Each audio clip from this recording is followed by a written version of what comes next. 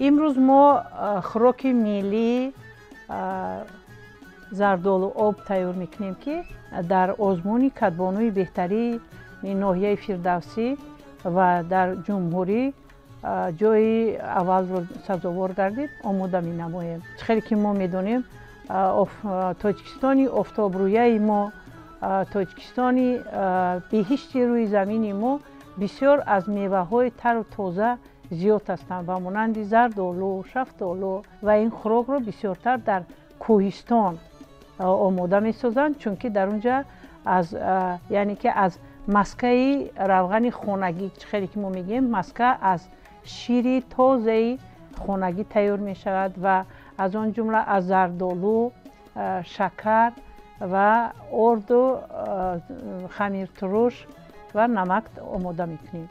و اولا ما در اینجا ما عین زمان تیار میکنیم. برای این خوراک ما باید که ما آماده کنیم فطیر خانگی، فطیر اوچگی در همه جا حاضر، در همه یک یعنی که انعنش است. و ما از پرزیدنت محبوب کشورمان امام علی رحمان اظهار منتداری میکنیم که همه این خوراک های ملی، لباس های ملی ما از سر نو آنها یک مدتی بودن که فراموش شدگی بودن و این زمان همه اینها احیا شدن و ما زنهای تاجیک فکر میکنیم که یکدیگر را میبینیم هر روز در مغازه ها، در بازارها لباس های و خوراک های در آشخانه تیار میشوند که آماده میشوند که در خانه آمده در که یک به یاد میاری که کلانترهای ما چی ها تیار میکردند و ما این رو در کدبانوی بهترین آماده کرده بودیم. عین زمان همین خوراک رو تیار میکنیم. خیلی کاز دیدید در اینجا آب ریختم. برای آماده کردن بعد آب ما نمک رو در اینجا می اندازیم، بعدا خمیر ترش،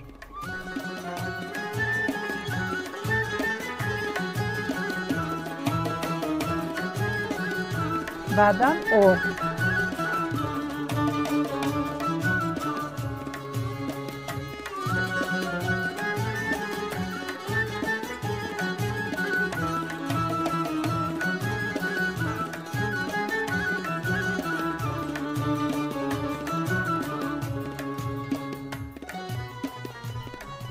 در برابر خود که آموزگار هستم، در برابر آموزگار بودن پیش از همه من مادر هستم، مادر خاندان و بعد کار رفتن البته در خانه خوراک های ملی آماده میکنیم.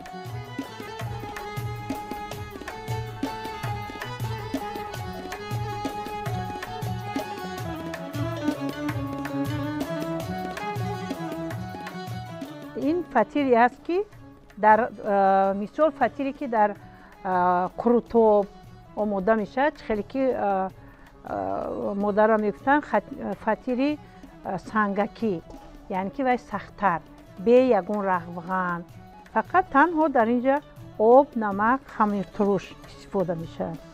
اصلا این یک طرز پختن این فطیر با آرد نوعی اولی هست. لیکن اگر ما از آرد گندم این استفاده برمیگیریم بسیار بولذت و خوشخور می شود. بسیاری حالت ما وقتی که طبق دلبر جان گفتن خوراک‌های طعم‌های ملی، اصلا اگر ما وقتی طعام ملی پختیم باید که حتما در پختن فطیر مسکه، قروتوب، شکراب اگر استفاده بریم آرد گندمی که در آسیاب تیار می شود با زحمت زیاد اما شیرین است، بو وای بولذت ترک می شود.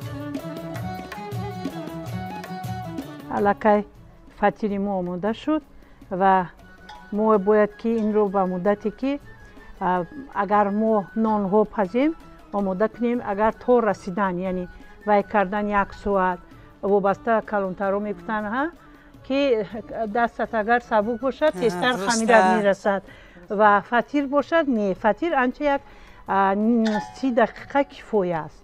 برای همین ما این رو آماده کردیم برای که در دسترخوان نچسبد. کمی مقصد اصیل که معلوم باید که وای نشوده، سوس نشوده آرد. درست. اگر وای بسیار اگر استاد وای الکی همو استفاده بریش گم میکند.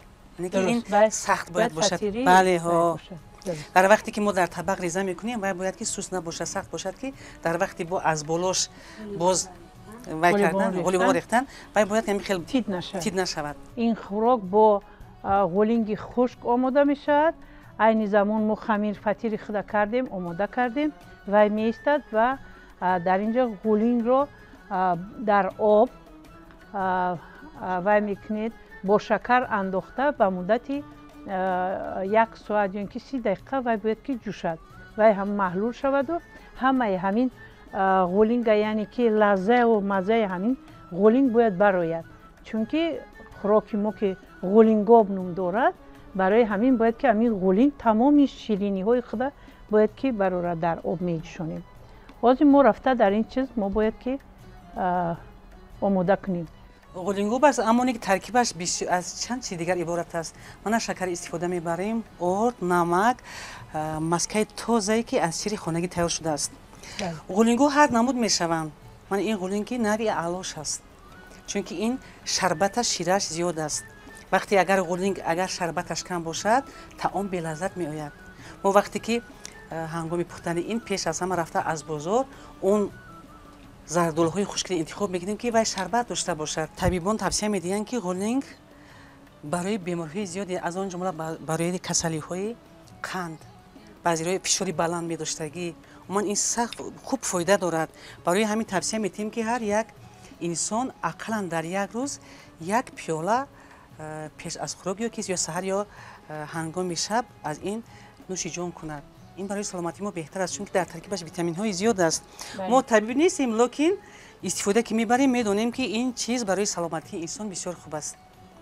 درست میگن که ما شکرانه میکنیم که در تاجیکستان تمام نمود میوه‌جات ها استفاده میشوند. حتی وقتی که سیاحان به تاجیکستان میآیند اول انتخاب میکنن خریداری نمودن میوه‌جات تاجیکستان را مخصوصا زردآلو که این گفتیم که تکرار شود برای سلامتی انسان بسیار خوب است. و در وقتی که سفرها میکنیم ما به دولت‌های روسیه یا اینکه خارجه سفر میکنیم البته میوه‌های ما فرقی بلند داره، فرقیت داره. در چی؟ در طرز لذت.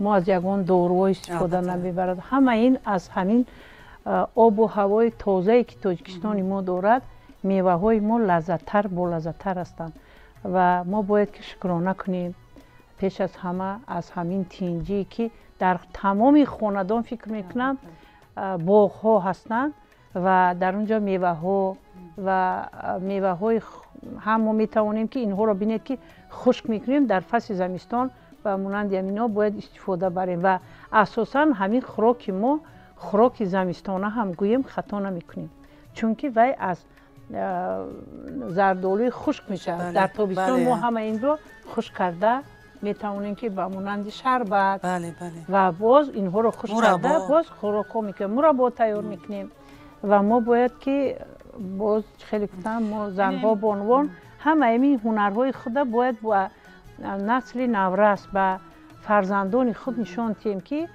هنرهای مردمی ما از بین نرود. روزهای میشد که آمده یک اکباره خانه میداریم از قفای ما یگان مهمان میاد و ما میتونیم که یک خوراک همین خیلی سبک اگر ما در بهار همین چیزها علفهای تر و تازه رو خشک میکنیم و خیلی به مانند اوتله بریده به مانند سیو علف درست برنجو به همین چیزها را تیار کنیم. همین قولینگاب هم خوراکی است که ما در مدت همین 30 دقیقه آماده میشد و یک خوراکی است که هم با لذت و تیز تیار است و میتوانیم که هم در سحر استفاده بریم هم در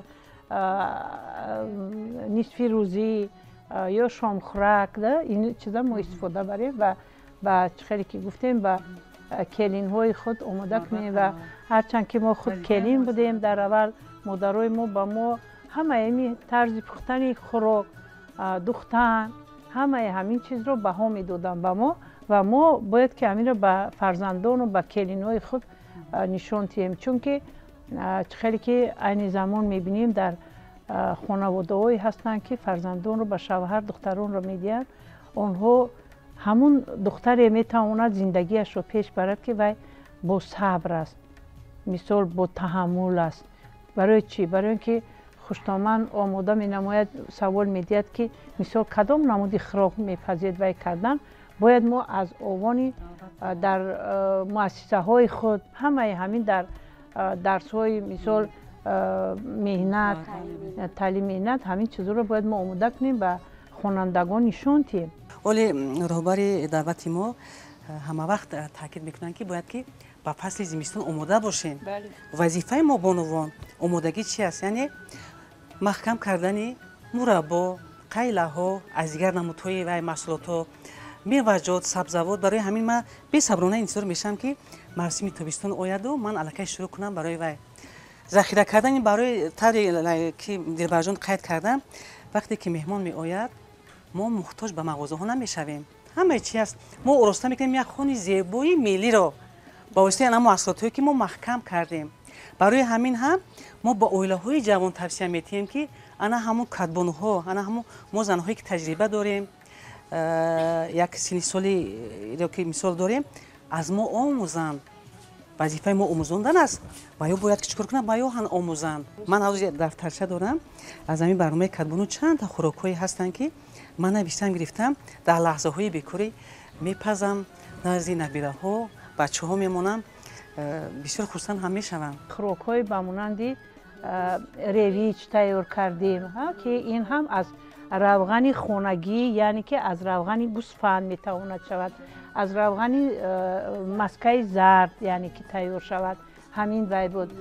اون موچی با شیر تیار کردگی، همین چیزها. اون موچ بعد در اونجا بود تروش بعد بود. در اونجا باز خوراکی ملی دیگری ما کوچی بود که همه این اگر همین در فیلم هایی که در تلویزیون نشان میدهد به مانند فیلم واسه در اینجا وقتی من بسیار یا که کینو در فیلم نیسو در اینجا نشان میداد پیش از سحر درور کردن.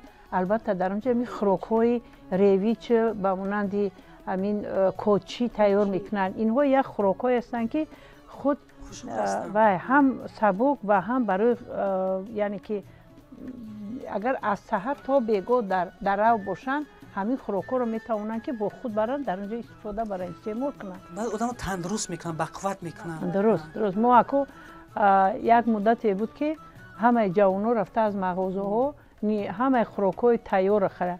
این زمان باید ما همین خوراک‌های ملی خود استفاده بریم در سحر و جوانان را نشون دهیم، آماده کنیم که ما بسیار هم خوراک‌های یعنی که آشخانه ما بسیار هم بوی است. در اینجا ما بعد از کردن فطیر خود یعنی ما در این غولینگ رو می اندازیم، سپس آب رو می اندازیم و می جوشد کمتر یک مدت 10 دقیقه. سپس بعدی وی برای شکر کمتر دیرتر انداخته می شود، برای اون که اگر ما شکر رو یک باره اگر اندازیم در اینجا همین آبی غولینگ نمی براید. خوش شیره غولینگ، آبی غولینگ همه هم مزه وش نمی بره. برای در اینجا ما این رو برده می جوشانیم. بعدی 10 دقیقه علاقه ما شکر همراه میکنیم در اینجا.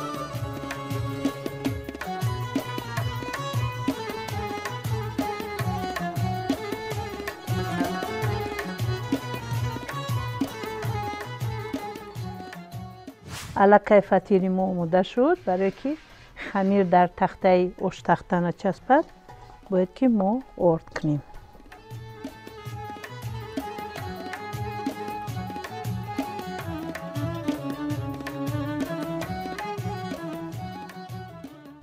همین آب، خمیر تروش، نمک رو به همه ویش انداختیم. موافقی همین باید که چند قدر باشد از روی معیار بود. برای همین فطیر ما چقدر وی شد و ما وی رو گلکوری میکنیم. فطیر یعنی که کلچه یک خاصیت خود را دارد.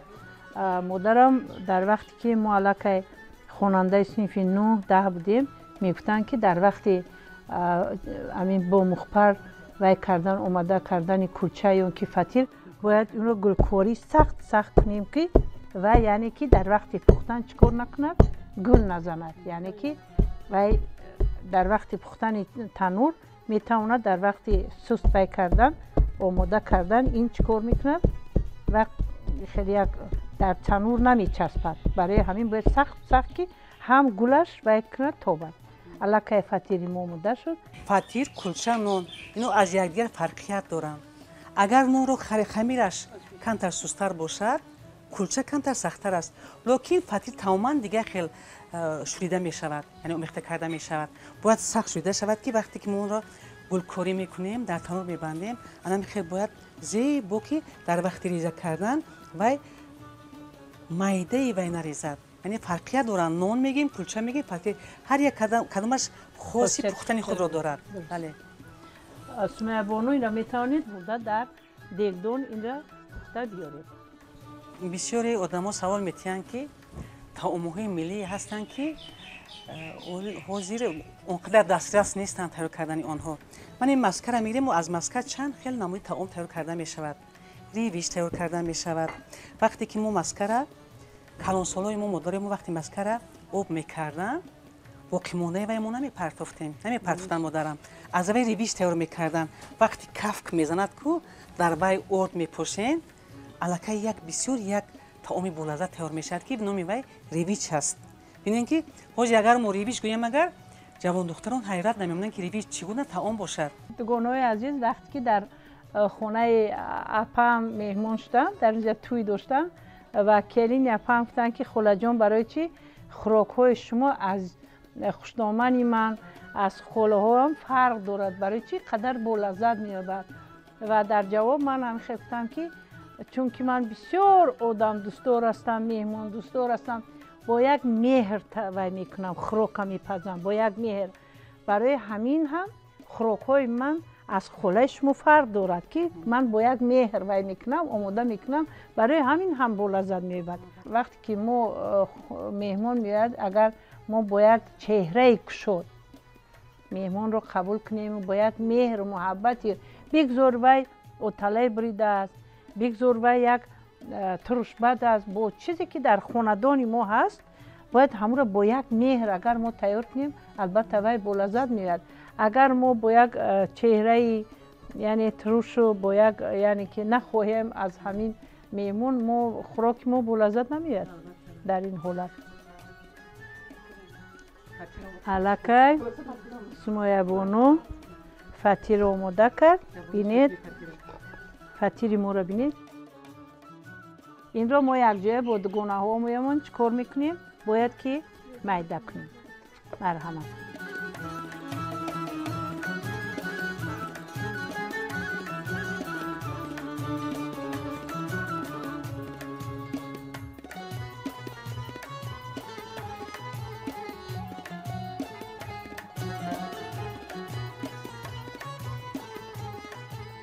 هر یک بانوی تاجیک باید که غیر از کار و فعالیت کردن در کارهای جمعیتی باید که وی بانوی خاندان باید خوراک‌های ملی تمامی خوراک‌ها رو باید که خوریش خوراک‌ها را چکار کند؟ تواند پخته. اصلا زن تاجیک از قدیم الایام بسیار عزت‌هایی را برداشت دارد. در برابری که وی زن هست کدبانو هست، وی زن هست مادر است، وی زن هست وی مربی هست، وی زن هست. من تمامی پهلوهای زندگی رو میتواند زن تاجیک مادر تاجیکی از عهده اون برآید. وقتی که یکم بار من مادرم به من زوله طرز تیار کردن زوله بریده رو نشان دادن که زوله را یک تا خیلی خوشرو کرده دوای دیگ بعدی که زیربک می زیربونیم آب می اندازیم وای زیربک آب قطعی می جوشد مزهش یا که می بروید یا که وای این اوگرو می شود یا که زیربک تیار می کنیم و بعد زوله را علایده در آب می جوشونیم و در طبق می برداریم در بالایش زیربک می برداریم. اما برعکس کردم زوله بریدگی را همش در درون دیگ انداختم. دیگ خمیر شد اوگرو نشید و خمیر شد. خیلی مادرم اومد و بعد به من جمع کرد و هم کفگیر قطعی یک تا در طوری سری من زد و گفت که نتونستی پخته. من یاد دادگی بودم که من یک هفته با برادرم 6 تا همین زوله بریدم و جوگایی بعد آماده کردن همین طرز پختن لگمن رو یاد گرفتم. بعدی یعنی میده کردن اینا لیلی بانو بید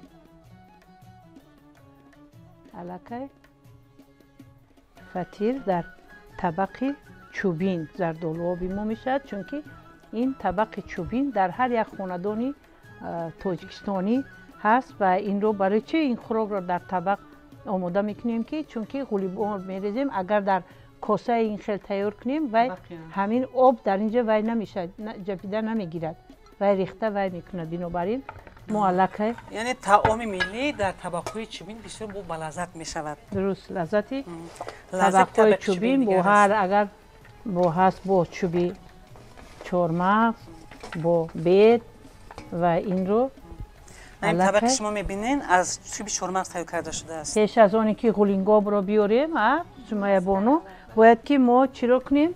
مسکه رو باید میکنیم. این رو در این طرف میمونیم. مرحمت رفته سمیه بانو همون باید میوردید.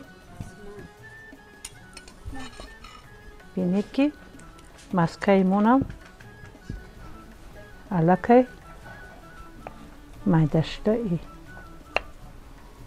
مایده میکنیم. این رو خوراک پختن این یک فرهنگ ملی است. خوب میشد که یکم کتاب مثال فرهنگ شناسان از این برنامه‌های کدبانو کوشانه مثال همون هم ترتیب باید شوه مثال استفاده برده پیشکش یعنی همین جوان دختران بانوان کردن لازم است. این بسیار یک انسیکلوپدیا خود دارد. بله بله یک فرهنگ. پیش از اون که فکر میکنم در همین ثبت اسنادی شهروندی در اونجایی که هر دو زن و شوهر در اونجا میره یک تحفه کتابی طعام‌های ملی تحفه کرده شود که اگر هر چند مثال خوراک‌های هستن که همین چیزا نو هر روز و هر دقیقه و هر ساعت همین خوراک‌های ملی احیا گرده شدن و همین کلین‌هایی که به خاندان شوهر میروند در حیات مستقلانه اگر هر چند که ندانند از همین کتاب ورق زده و آماده کردن خوراک رو چیکار میکند به خاندان خود.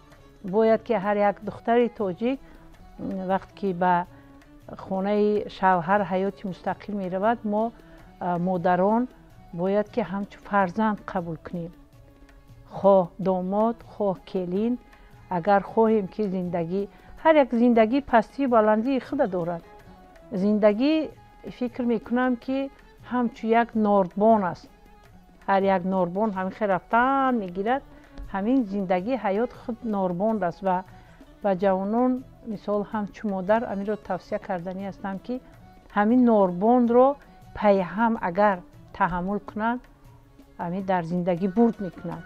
علاقه سمیه بانو قولینگاب رو وی آماده کرد. قولینگابی ما رو بینید چقدر وی شد. اول سمیه بانو قولینگاب رو میریزیم یا اول مسکه رو در روش میریزیم. دیدید علاقه سمیه بانوی من این چیزها رو میدوند.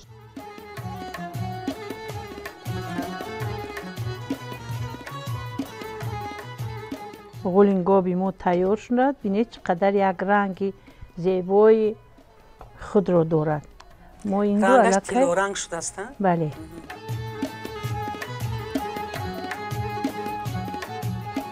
خوراک ملی که ما فطیر مسکه داریم با خربوزه استعمال میکنن. این رو باشد با قولینگ. بنابراین آب با قولینگ بشد. برای همین هم نامش قولینگ آب.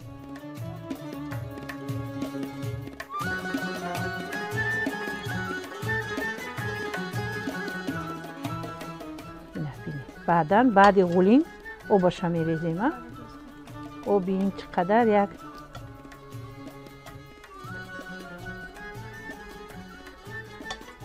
بجای در قروتاب اگر روغن ریزیم در اینجا آبی قولینگ.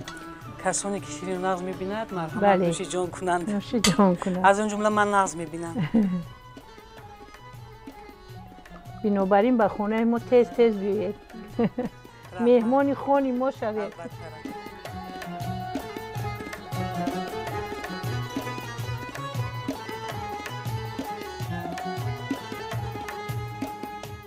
خوراک قولینگابی ما آماده شد. همه این نوش نعمت ها از تاجیکستان عزیزی ما است.